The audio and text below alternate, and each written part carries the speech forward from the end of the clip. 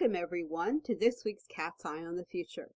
This week I decided to do another look into things and do a solo show. I did kind of a general reading in the first half of the show, and then in the second half of the show we're going to do some Earth Changes readings, just mostly located for North America. Over time I'll probably expand this and do a few more for other parts of the world, but I thought, especially in lieu of the announcement by geologists yesterday that the Hayward Fault was, quote, possibly about to go any minute, unquote, in Northern California, that this was a good time to take a look at stuff. But first, I'm going to get started with a much more general reading, and this one's kind of worldwide. Again, because I live in the EU and I'm from the United States, there's probably going to be sort of a tendency for the energies to focus more, at least on the West, but I didn't really put anything specific on it. I just kind of asked, what are the most important energies and or events the cards can show us?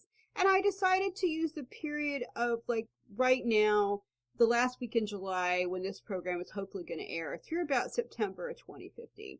So on this reading, we're going to go only for the next couple of months. And part of the reason I did that is there seems to be a lot of chatter on the internet and whatnot about this time of September.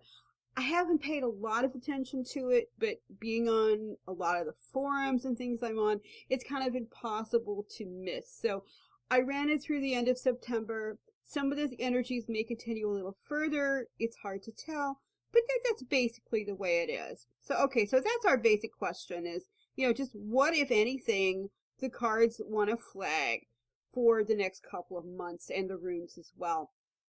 Now, I realize it could be about anything, but this is what came up. There's sometimes when the cards and runes will just throw a total surprise in your path, and other times they just seem to conform to what a lot of other sources seem to be indicating. And this particular energy reading, again, for kind of the entire world, seems to be of the second sort.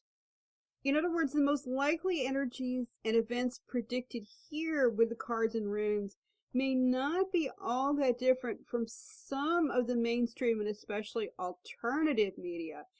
And they sure as heck are very similar to some of the financial forums and some of what's being said on the better alternative radio shows. Now, there's a lot of alternative radio out there, obviously not just me, but, there's the better shows, the ones that are listened to a lot. They've often had a number of economists and stuff that seem to agree with a lot of what's coming up in this reading.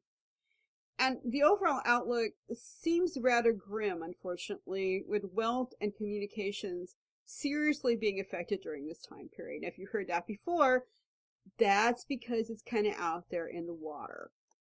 But before I go into more generalizations like this, let's break down these cards and runes so we can kind of tie things together.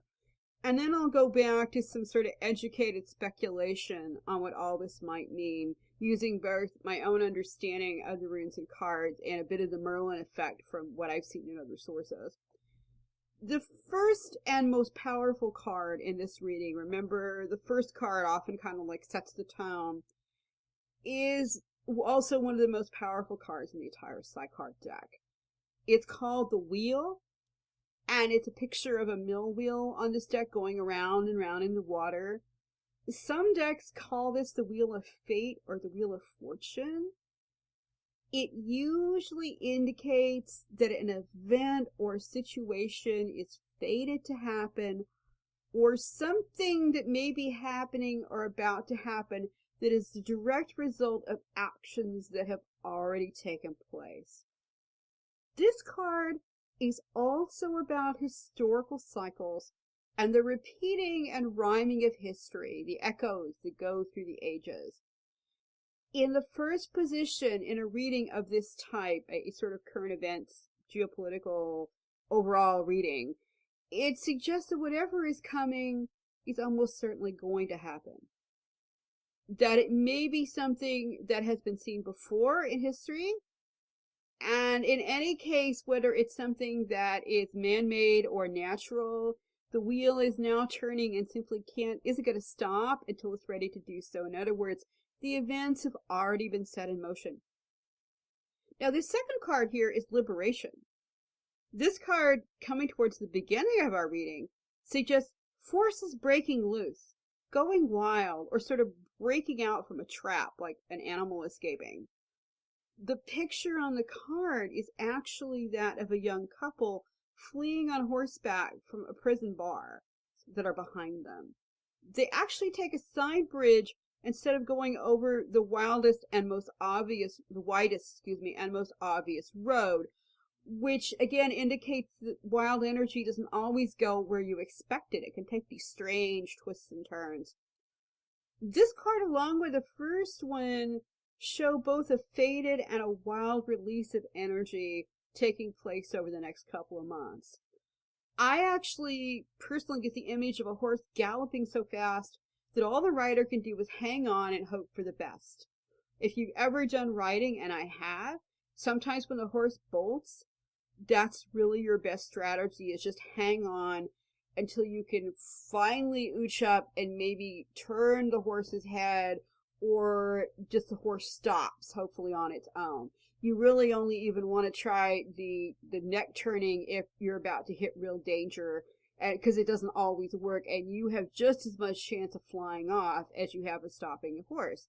And that's kind of the way this feels. Like the wheel and the horse are just going to keep bolting until they are darn good ready to stop, that trying to stop them could be very difficult and possibly dangerous and probably ineffective. Obviously, the Liberation card can have some powerful positive as well as negative aspects. All the cards are this way. During Liberation time periods, and we've had these before, they're like really active energy periods, and time can seem to pass very quickly. There can be like an excitement and charge in the air, a sense of freedom, and even a great time, an epic, and a time to get a job well done. Just, a really good feeling. On the other hand, Liberation periods can also tend to be really chaotic, out of control. They can make rational thought difficult, and they can tend to be crushing to those who previously felt very stable and well-rooted. You get this kind of sense of nothing is where it should be, and everything is kind of out of sync. So expect the unexpected during a Liberation time period, because once released, energy has to go somewhere, and can be expected to produce just about everything from the birth of infants to wildfires. These are the sorts of things that, a good energy push does, particularly a liberation energy. And, you can expect things like headlines, too, of, like we've had recently, of more jailbreaks and, actual things that involve getting out of traps. However, the next card is concerning because it's the Scales. And the Scales card has several potential meanings, most of which are not very cheerful when combined with the rest of these cards. Again, it has positive aspects, but that's not really what we're seeing so much here. There are two primary readings of this card. One is a decision that hasn't quite been made yet, often one the individual asking the question can't really totally make for themselves, because it involves forces within their control. Outside their control, excuse me. So you've got, at a private reading, this comes up a lot when you're reading for relationships or jobs, and hints that the ultimate future isn't quite known yet, because someone, like either the other person in the relationship or the potential employer, has yet to make a final decision on something, and in either case, the individual asking the question can't do a whole lot but just wait and see.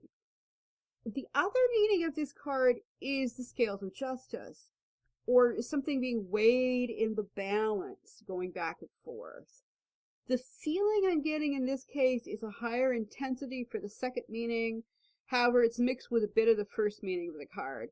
Basically, when matched to the Wheel of Fate or Fortune, it suggests the liberation or breakout will either be caused by or subjected to a judgment of some kind, and those are not totally mutually exclusive either.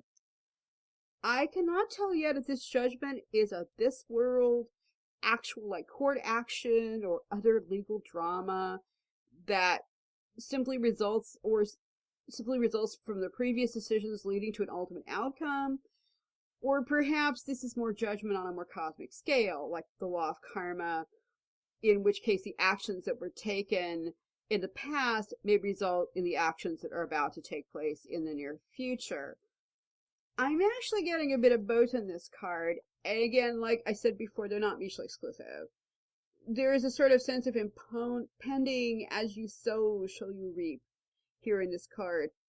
But I also feel rather strongly that at least part of the reason the liberation energy gets going, what helps it break out, is the result of some court or legal case, a law decision, an investigation of something. Something comes to light or is decided that just sort of lets everything take out and go forward.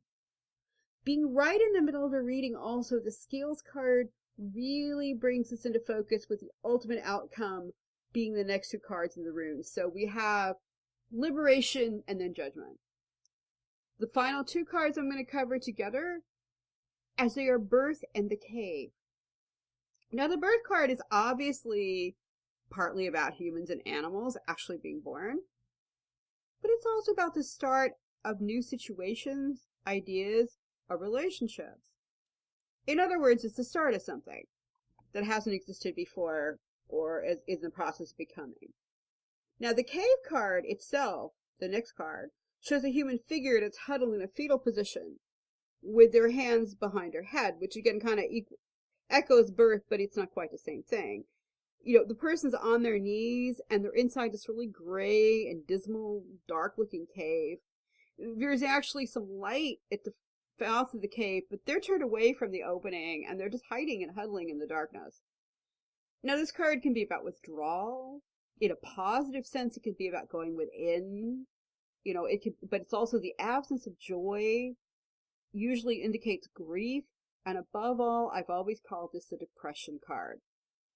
And I've learned repeatedly that when this card shows up in economic or world readings, you know, anything to do that's not like for an individual client, there's often an aspect of actual financial depression as well as potential personal distress in this card. So when I say the depression card, when it shows up for individual clients, it's often about being depressed or sad.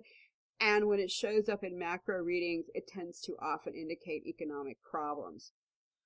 So far, what we seem to have is a faded breakout or liberation of something, possibly but not necessarily in the financial realm, that probably comes about from a judgment or as a judgment, and is perhaps simply a cause and effect we don't understand yet. You know, that could also be what's happening.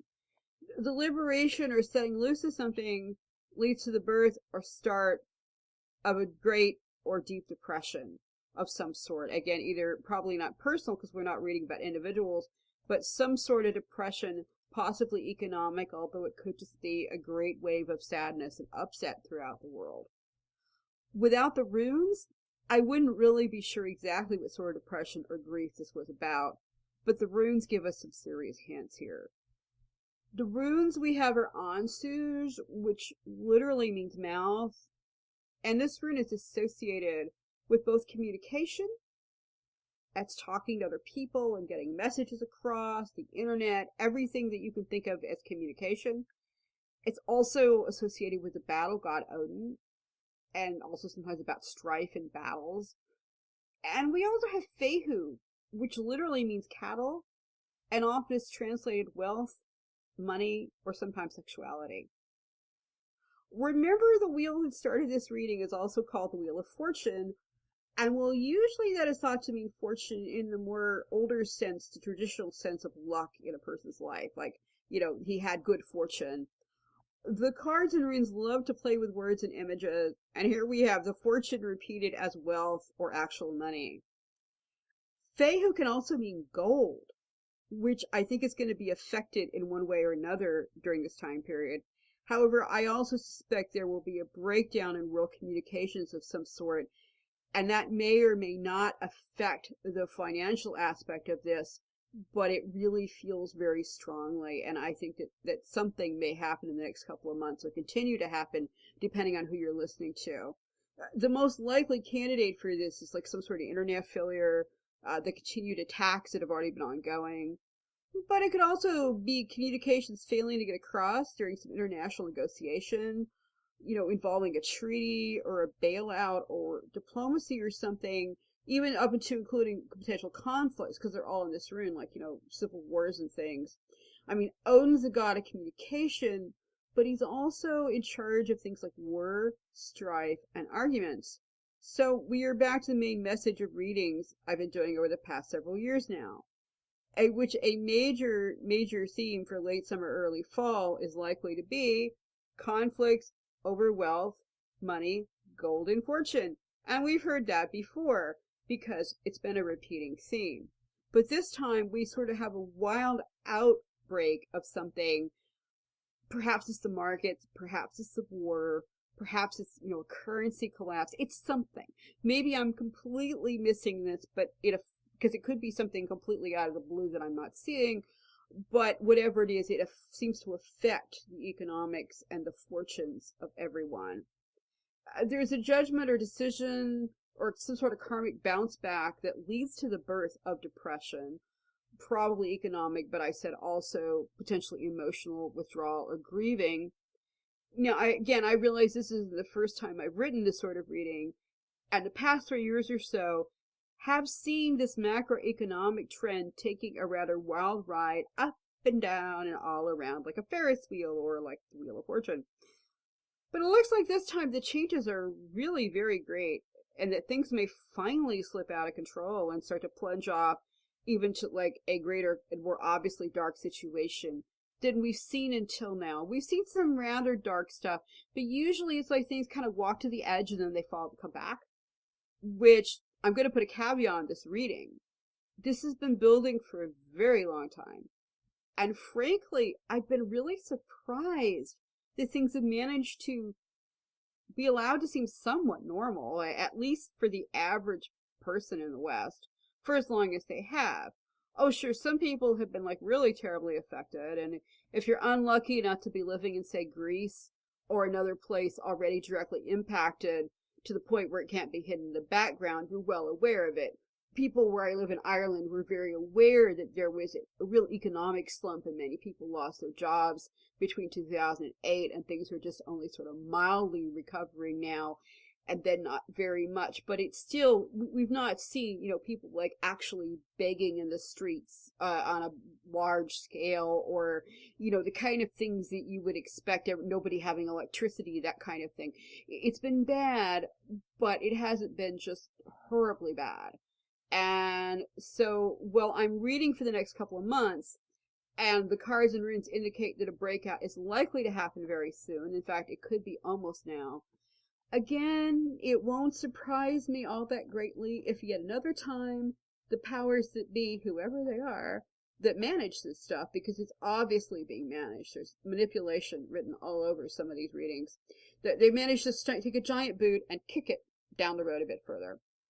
So be prepared for things this fall, but don't be totally, just so focused on it that you don't think about anything else, because they keep managing to muddle through. I don't know how they will be able to do this. I mean, I do know that China has tried recently to handle a stock market crash, essentially by ordering the stocks to stop falling. Okay, what they really did was to order stops to stop trading and sellers to stop selling, but it kind of reminded me like a little boy putting his finger in the dike, or perhaps King Canute demonstrating that he could not control the waves by ordering them to stop. And the poor man has been remembered for the centuries for supposedly believing he could stop the waves. What he was actually trying to do was to tell his courtiers that even a king cannot order that which is ordained by fate or by the creator. And that's, you get that Wheel of Fate card. That's kind of what we got here. Okay. The sort of open manipulation they can do therefore is probably not going to last very long. The Greek and EU situation, for example, has only been papered over, and it's hard to tell how long it can last, although I really thought it was going to be all over and the Greeks would be in a Grexit, last week or a couple of weeks ago, and they're not. So, people will hang on as long as they possibly can. On the surface, the U.S. seems to be doing better than it has been, but there's still an amazingly high real unemployment rate. Some guesses by experts who use the older methods of testing unemployment, there's sites like shadowstats.com and others, where they actually count those who are really unemployed, not those that just don't show up for their appointment. But if you include the people who really would like to work but just can't find it, the real employment rate is high as 25%, which is Great Depression levels from the 1930s, and that's already existing. And that doesn't count the number of people who are underemployed who want to have work full time. It's just that the government in the U.S. has been going out of its way to try to hide these facts, and some things can only seem hidden for so long before the little boy shouts that the emperor has new clothes. I think the U.S. in the next year, maybe not the next 2 months, but the next year may be on the cusp of something like that. And that could be part of what really sends things into a tailspin. But I'm going to leave this with simply the fact that the cards are pretty much saying that if the current trends continue, and the Wheel of Fortune card highly suggests that they will, then this late summer, early fall 2015 really could be the start of this worldwide, or at least multinational economic meltdown that everybody's been talking about for so long that if you listen to alternative media, as one talk show host said earlier in the week, he almost wished it would happen because they could talk about something else. He said, I'm not serious, but it gets, people hear it so much they almost get bored.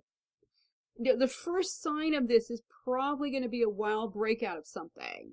It could be the stock market wildly going up or going down, or, the price of oil or something. I mean, it may not even be obviously economically related, but that'll be your clue if something suddenly seems to go out of control or it just burst out of nowhere. It should be pretty soon that things are going to get going and things may start going south. Okay, now, at this point, I'm going to break in with an update to what I wrote last night, because this was about where I went into my usual, and I will, before I finish, go into all the positive aspects these cards can have for individuals, because it's not all doom and gloom. But last night, when I did the second part of the show, which we'll get to presently, I was a little disturbed by something that actually turned out to possibly be okay. But I wanted my husband, the Rune Master, to look at it. So when he did this morning, we looked at the major reading, and then we did some of our own readings. And we wound up going further with some of this stuff, and I'm going to move into some of what we got from that. He looked up everything in this section, for example, this first big reading, and he had two observations that I had totally missed. One of which was that the cards and runes could be geopolitical in nature rather than strictly economic. And along with the runes in particular, they suggest a successful revolution that ends in something worse. In other words, a revolution that goes forward, it succeeds, but then it all goes south and becomes it's replaced by something that is worse than what was revolted against. And two, this particular set of cards and runes could easily have been exactly the same if I'd been reading for Germany right before the rise of the Nazis. Because of this sort of unnerving situation, we did a series of other readings ourselves that I won't try to put here and pick apart card by card, but I will summarize as follows, and this took about half an hour. The revolution that goes bad, if it takes place, is not likely to be directly in the United States.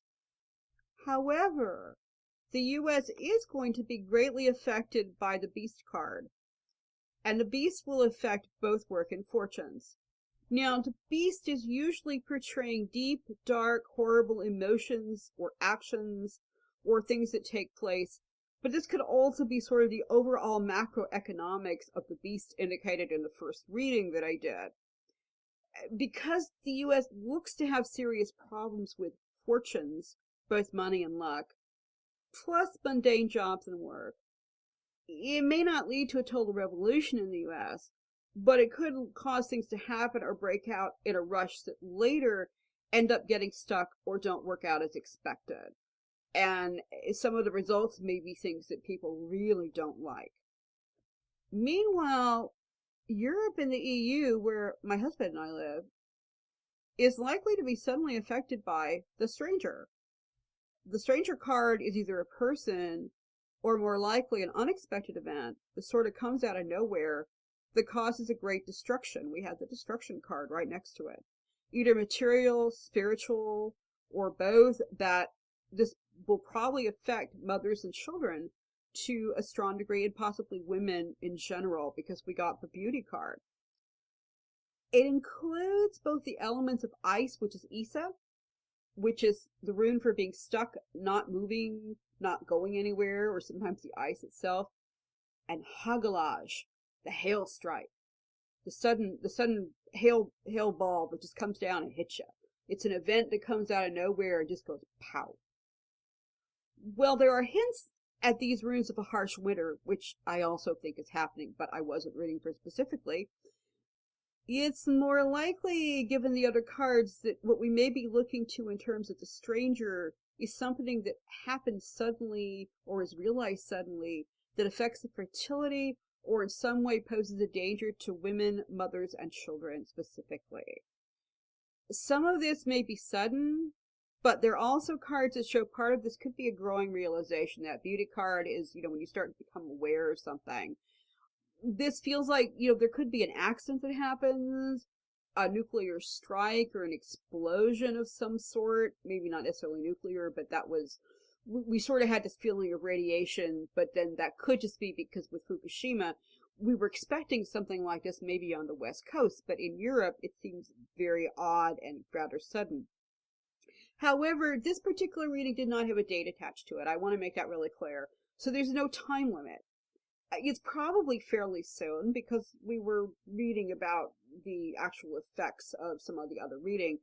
But this thing could be something, if it is happening, that could spill over into 2016 or even 2017, especially even if there's a sudden event, it may be a while before all the effects are really totally understood. This particular reading was a totally surprise outcome, and I'll probably do another one later on it, but I'm mentioning it now so my listeners on this side of the water can pay attention, and everyone can hope that the actual event will not be as serious as it seems from the card reading.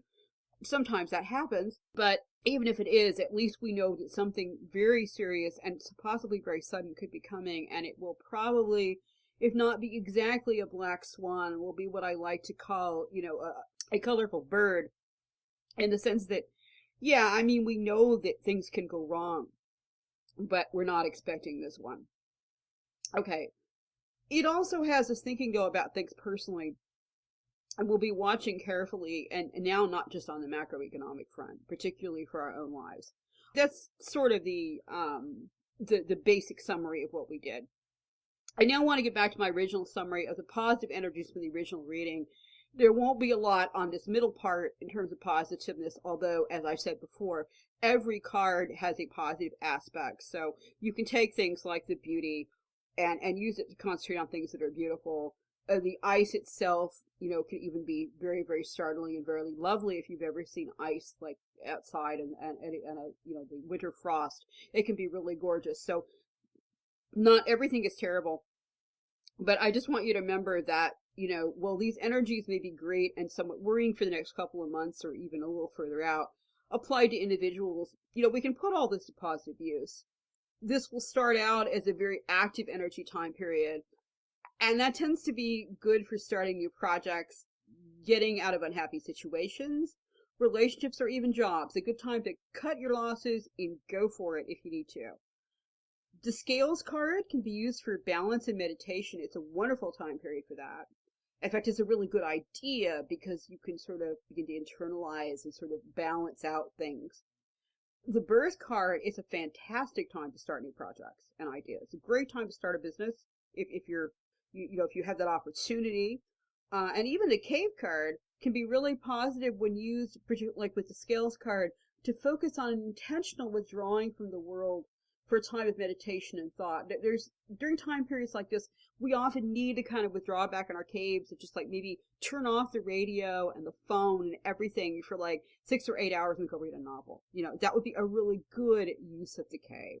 The rune for communication and wealth is also very good when meditating on their positive aspects. Because, as always, there may be some rather upsetting macroeconomic events, but the reading doesn't have to be that way when applied to you. I mean, you can concentrate on using that Feihu energy for gathering wealth, or protecting it, meditating on ways to keep things going well in your life. And it's also about sexuality, which you can use with the birth card. For example, if you're trying to start a family, really good time for this. I mean, it may not look like it, but with all that wild energy going on, if you've been thinking of starting a family anyway, if your partner is agreeable, this would be a really auspicious time for doing that. Think of this time period more as a warning of what could happen and pay attention to it, but then concentrate on the good aspects of all these energies for your personal life. Okay, so that pretty much gives us an overall look at the most likely possible future trends worldwide. And in part 2, we're going to look at the Earth changes stuff a little bit locally, and we're going to be, thankfully, it's going to be hopefully a little less intense. You have been listening to part 1 of Cat's Eye on the Future. We'll return to the show right after these short messages.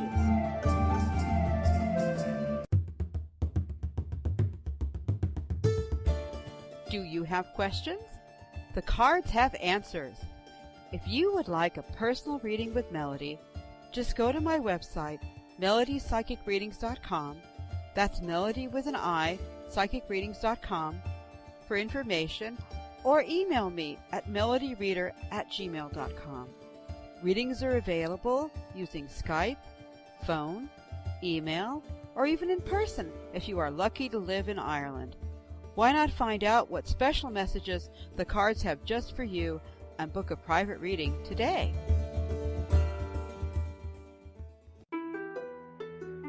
We now return to part 2 of Cat's Eye on the Future.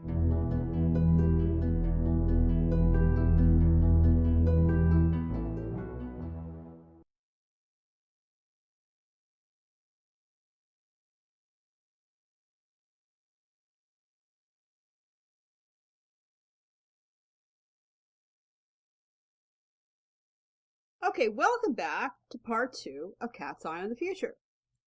Well, I thought I'd do a rather simple set of readings about the likelihood of earthquakes or a volcanic eruption, specifically the eruption of the continental U.S., between the end of July, and I extended this out. These are going to December 31st, 2015, because geology works a little slower than human events, and I thought I'd give the Earth time to respond. But as sometimes happens, like the first reading, things got a lot more complicated than I intended.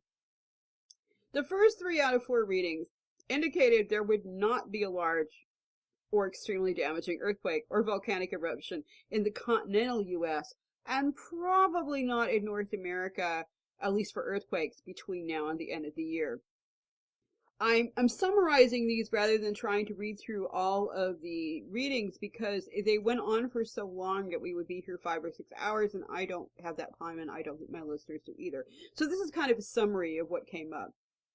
I defined a large quake for the quake readings as a quake that was over 7.0 on the Richter scale, or one that does significant damage to lives and property, and that's because a small quake in the wrong place, a place that's totally unprepared for it, can create even more damage than a 7.0 or greater quake that takes place, say, in some place like parts of California or other areas where everything's been reinforced, and there's still going to be some damage and maybe even a moderate loss of life, but it's a 5.0 can flatten a brick area if it's just completely built without any earthquake standards. So that's why I did it both ways. The first reading I did was for all of North America, including Mexico and Canada. And this one was about, like, would there be a quake in the next, between now and December 31st? And it had the no card in it, which pretty much made all the other cards and runes almost redundant, because the answer is no, there won't be.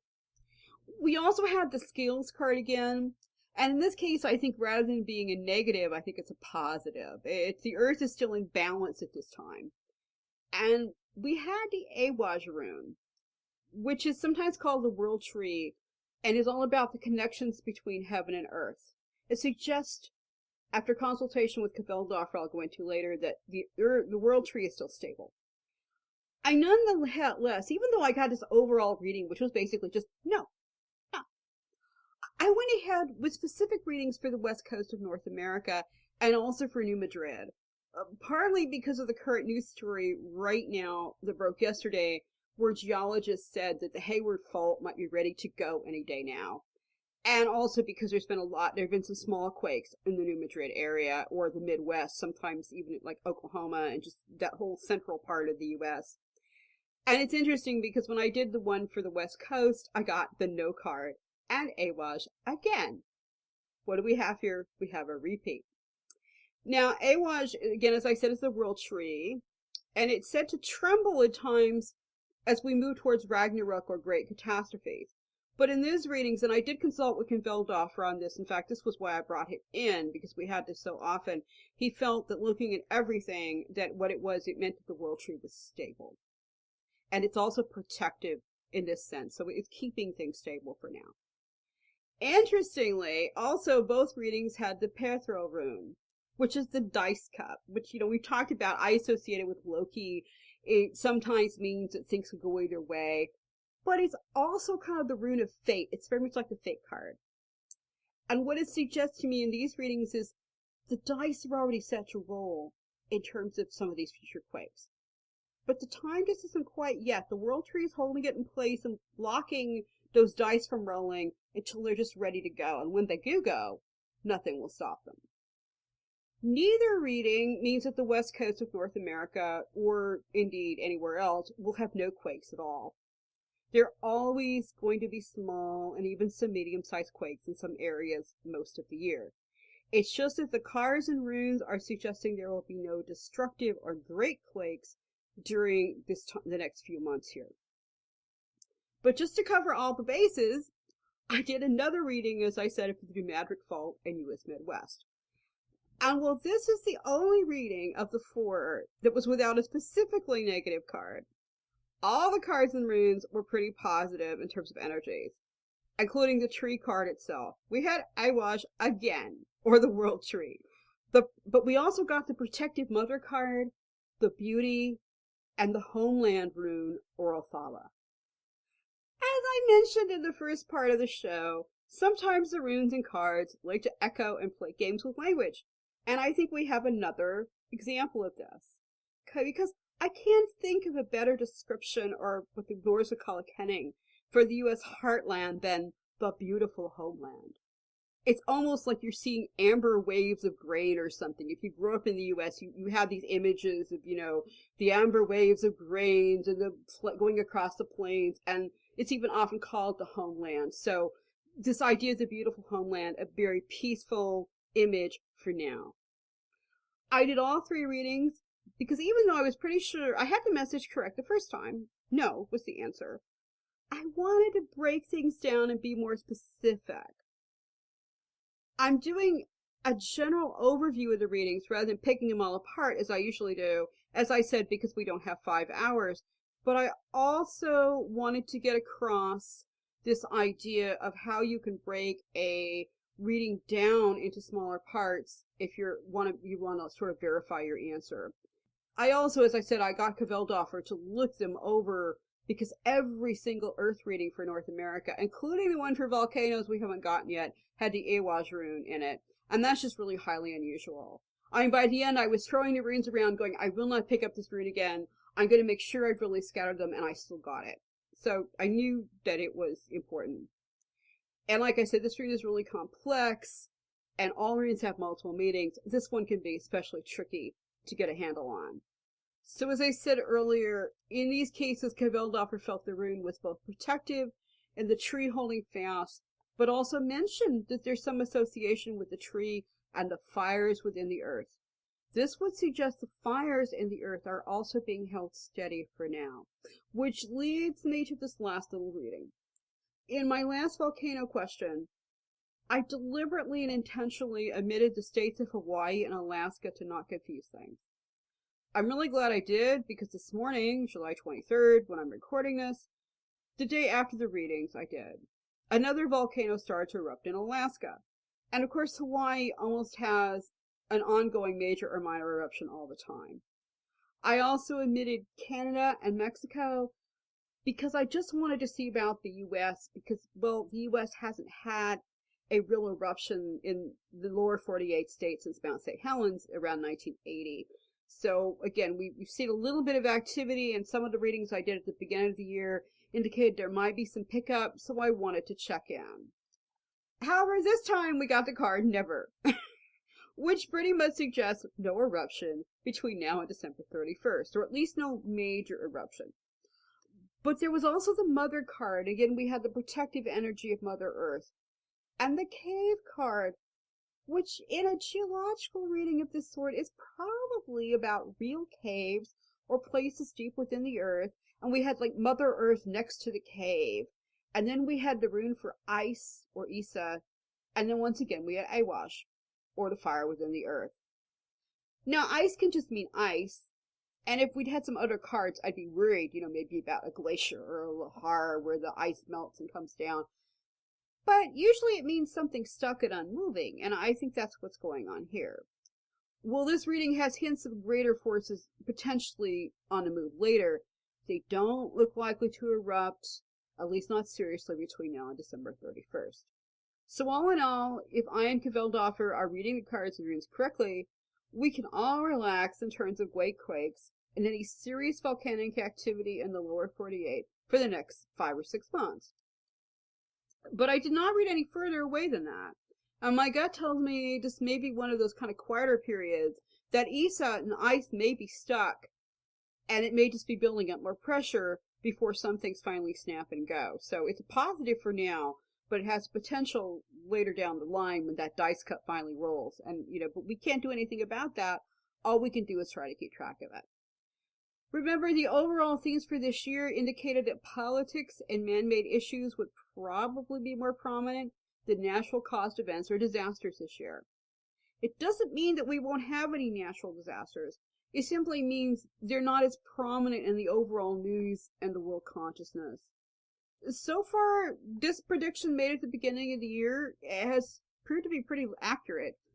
Things like macroeconomics, social conflicts, wars, civil unrest, even epidemics like Ebola or plane crashes, we've had a number of those, have been more prominent in the news. We haven't really had a Fukushima or Hurricane Katrina, thank goodness, or, there have been some tornadoes and things, but there hasn't been like a gigantic one, and hopefully there won't be. The coming huge El Nino in the Pacific, I think may change that for next year. But I suspect, again, that we'll really start rolling and we'll really see the effects of that around Christmas, which, of course, El Nino means the Christ child. It's because in traditional times, before you could get up on a satellite and watch what the water was doing, El Nino or Christmas time was when the people of Peru really knew that something had changed, that they were in for this weather pattern. And I suspect that it's very interesting that it happens when we start our old and go into our new year in the Western world, because that is exactly when I think this is likely to take place. And of course, I'll be doing readings. I always, all going well, I always try to do readings for the new year around late December, so I'll concentrate on that. But all in all, I think these particular readings, they're a good demonstration or an illustration of how you can somewhat test a reading by breaking it down into more specific parts. You can sort of make sure you're getting an accurate picture of the situation you're trying to look at. Now, don't want to overdo this if you're learning to do readings. If you ask a question too many times, in too many ways, a lot of times the cards will do what I call clap out, and they just refuse to give any answers, or to give really silly ones. This happens a lot when I'm reading for clients who are in an unhappy relationship, and they really, really don't like the answer to so does so-and-so love me. And they keep trying to figure out new ways for me to ask the question that will come up with a different answer. They're not always even conscious that they're doing this, but it'll repeat. And, but if you do this intentionally, though, if you start out with the idea, I have this big macro question, like earthquakes in North America and volcanic activity, and you want to break things down into a few specific steps, it's often possible to confirm your macro reading without tiring out the cards or yourself or the reader, if you're asking the reader, as we did in this case here, by just breaking it into smaller and logical chunks.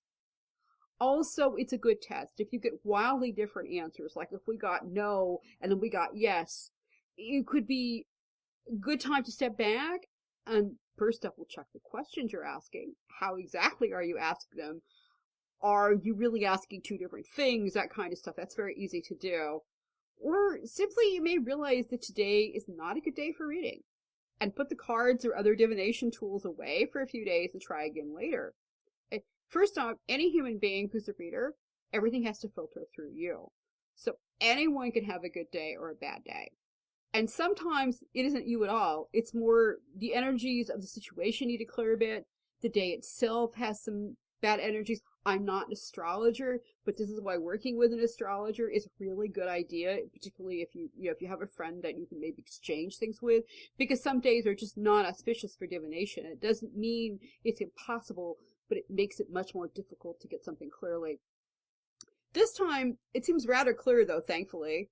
And if it turns out I got this wrong, and I will admit it if I do, I'll do another reading and see if I can figure out why I missed something. Because my experience is usually the cards and runes are right, but sometimes even two really good heads putting together, looking at them, may not quite get what they're trying to say. And again, if this happens to you, the way you deal with this is you just keep a record, keep track of what you've done, and when you get something right, make a mark, and when you get it wrong, okay, you just got it wrong, and look at why, and then go forward. This is not a game. You can really get in trouble if you feel like you have to be right all the time, because in my experience, nobody is, or at least not always right in their interpretation. Okay. But if I'm correct on this last score, again, we can relax a little for the present, at least on the geology front in North America, though I suspect the rest of the Ring of Fire may not be totally quiet for the rest of the year. But I have to say, I've done all the readings I can slip into one show, or even one 24-hour period, and probably then some, especially given the added material from this afternoon where we did so many readings with my husband. So the Ring of Fire and other general types of earthquake will have to wait for another show, which I will do sometime at some point. Okay, but until then, I want to thank you all for listening. Take care, and I'll see you all next time here at Cat's Eye on the Future.